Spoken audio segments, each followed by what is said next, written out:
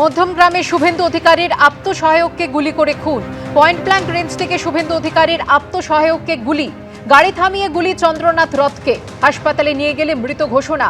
আহত হয়েছেন শুভেন্দু অধিকারীর আত্মসহায়কের গাড়ির চালকও।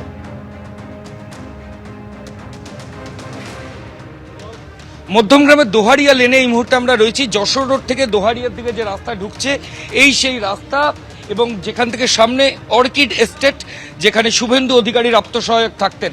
এবং এই রাস্তা এই মুহূর্তে পুলিশের তরফ থেকে ডু নট ক্রস এই ধরনের লাইন দিয়ে কর্ডন করে দেওয়া হয়েছে, কাউকে এখানে ঢুকতে দেওয়া হচ্ছে না। ঠিক এইখানেই কিন্তু চন্দ্রনাথ রথকে খুন করা হয় গুলি করে। এবং ঠিক সেই সময় একজন সন্দেহজনক ব্যক্তি বাইক নিয়ে ওখানে ছিলেন এবং তার সঙ্গে আরও একজন ছিলেন। ঠিক কি ঘটনা ঘটেছিল আমরা একটু জানার চেষ্টা করবো। দাদা, আপনাকে যেটা জিজ্ঞাসা যে এটা হচ্ছে খুনের ঘটনা, এখানে গুলি করলো, এবার আপনি আমায় বলুন তো কোন জায়গাটা দাঁড়িয়েছিল বাইক নিয়ে?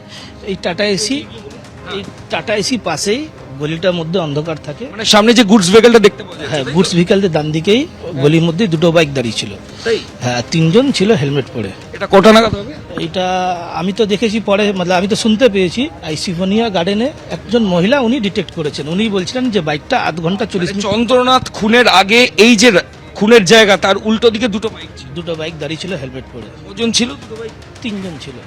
তারা এখানে আগে থেকে এসে দাঁড়িয়েছে। হ্যাঁ, আর ওই নিসান গাড়িটা যেটা কথা আপনি বলছেন সেটা? নিসান গাড়িটা তো যখন আমি আসি এই রাস্তা উপর দিয়েই যাচ্ছিল, চন্দ্রদা গাড়ি ওদিক থেকে আসছিল, মুখোমুখি নিসান গাড়িটা আটকিয়েছে। আচ্ছা, অবস্ট্রাকশন। হ্যাঁ, অবস্ট্রাকশন করে তারপর ওরা ক্রাইম করে একজন বাইকে, যিনি যে ড্রাইভার ছিল নিসান গাড়িটা, উনি গাড়ি ছেড়ে বাইকে বসে একজন পাড়া দিকে পালিয়েছে আর একজন যশোর রোডের দিক থেকে চলে গেছে। একটা এই রাস্তায় একদিকে নিউ টাউনে এক্সিট হচ্ছে, একদিকে বাদুর রোড। মধ্যমগ্রাম বাদুর রোডে দিকে বেশি। তাহলে দুটো বাইক দুদিকে ডাইরেকশনে চলে গেল। একদম একদম স্যার। আর তিনজন এখানে দাঁড়িয়েছে। গলিতে তিনজন, ওনারা ওয়েট করছিল।